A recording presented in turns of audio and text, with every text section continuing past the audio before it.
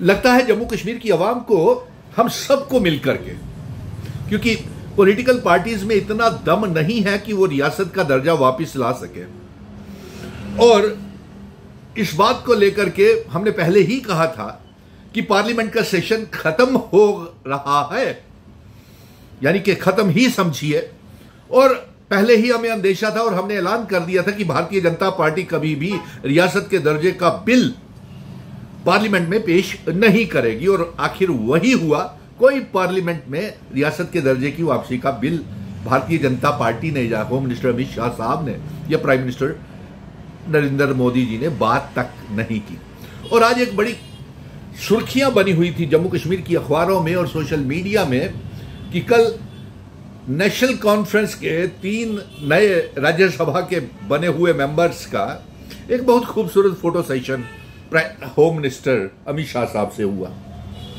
और बड़ी सुर्खियां ऐसे बटोरी गई थी कि जैसे ना जाने रियासत लेकर के ही आए हो। लेकिन फोटो सेशन के बाद वो जब खबर को पढ़ा गया, मांगे तो रखी गई, लेकिन वापिस क्या मिला? होम मिनिस्टर साहब ने क्या जवाब दिया राज्यसभा के एमपीज को रियासत के दर्जे को लेकर के।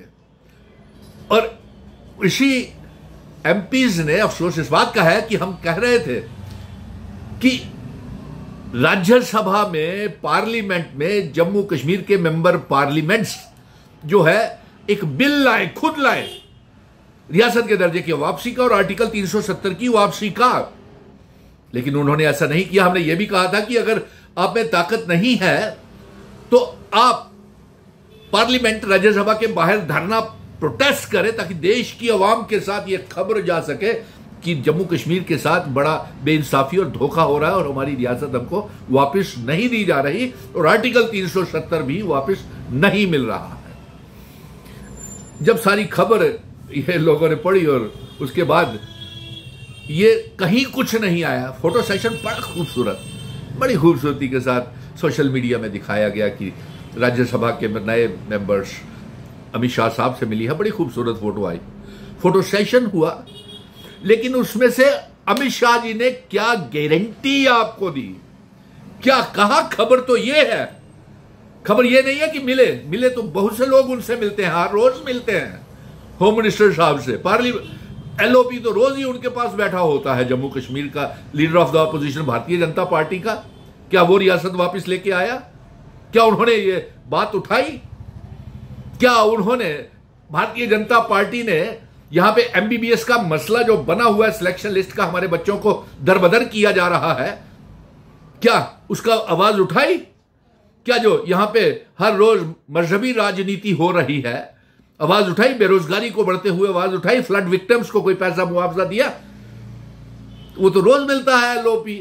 बीजेपी के नेता रोज होम मिनिस्टर साहब से मिलते हैं। अगर ये भी मिल के आए तो कौन सी इसमें खबर थी? खबर तो तब होती जब ये गए और होम मिनिस्टर साहब इनको कहते कि आपको रियासत का दर्जा आर्टिकल 370 वापस कर रहे हैं। वरना चीफ मिनिस्टर साहब भी कोई कम नहीं है, वो भी तो मौसम विभाग का सूचना प्राइम मिनिस्टर साहब को देते हैं कि बहुत खूबसूरत मौसम है, आप यहां पे ज़ेडमोर टनल पे आए। और फिर उसके बाद भी हर रोज उनके बयान आते हैं, तरह तरह के बयान आते हैं कि वो इस्तीफा दे देंगे अगर रियासत का दर्जा नहीं मिला, सिग्नेचर कैंपेन करेंगे। ना इस्तीफा आया, ना सिग्नेचर कैंपेन हुई, ना कोशिश हुई।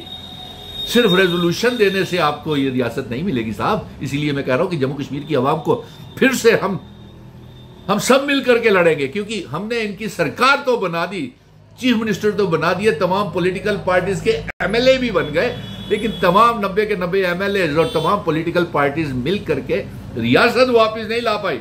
मरहबा जो 11 दिसंबर 2023 को जब मिशन स्टेटहुड सड़कों से लेकर के सुप्रीम कोर्ट से ये ऐलान करवाया के लाया कि रियासत जल्द से जल्द वापस की जाए, लेकिन ये सारी पार्टियां मिलकर के उस रियासत को वापस नहीं ला पाई हैं। चीफ मिनिस्टर साहब भी हर रोज बयान देते रहते हैं, इस्तीफा दे दूंगा, सिग्नेचर कैंपेन करूंगा, बर्फबारी के बाद रियासत के दर्जे की बात करेंगे। तो इस तरीके से बात नहीं बनेगी साहब। अभी भी वक्त है, आप वहां पे जंतर मंतर पे। हाँ, इस फोटो सेशन के बाद एक सोशल मीडिया में एक बहुत बड़ी सुर्खियां बटोर रही जो ये बात है कि 3 राज्यसभा के मेंबर गए और 2 जैसे चौधरी रमजान, शमी अबराय और सज्जाद किचलू साहब गए, तो मियां अल्ताफ और आगा राउल्ला उस डेलीगेशन का हिस्सा क्यों नहीं थे? यह भी एक सवाल और खबर सुर्खियां बटोर रही है। यानी कि उनके घर में ही उनके सारे साथ नहीं हैं, और यह भी अंदेशा लगाया जा रहा है कि जल्द ही यह सरकार गिर सकती है। 14 से 18 एमएलए किसी भी समय भागी हो सकते हैं राज्यसभा की क्रॉस वोटिंग के तहत, और यह भी खबर आ रही है कि 20 एमएलए जो हैं आगे ही तैयार बैठे हुए हैं सरकार गिराने के लिए। तो अब ये नई एक फोटो सेशन के बाद, अमित शाह की मीटिंग के बाद, नेशनल कॉन्फ्रेंस के राज्यसभा के मेंबर्स के बाद एक नया खबर उठ करके आ रही है कि आगा राहुल्ला और मियां अल्ताफ साहब भी होम मिनिस्टर से जो डेलीगेशन मिला है उसका हिस्सा क्यों नहीं बने हैं।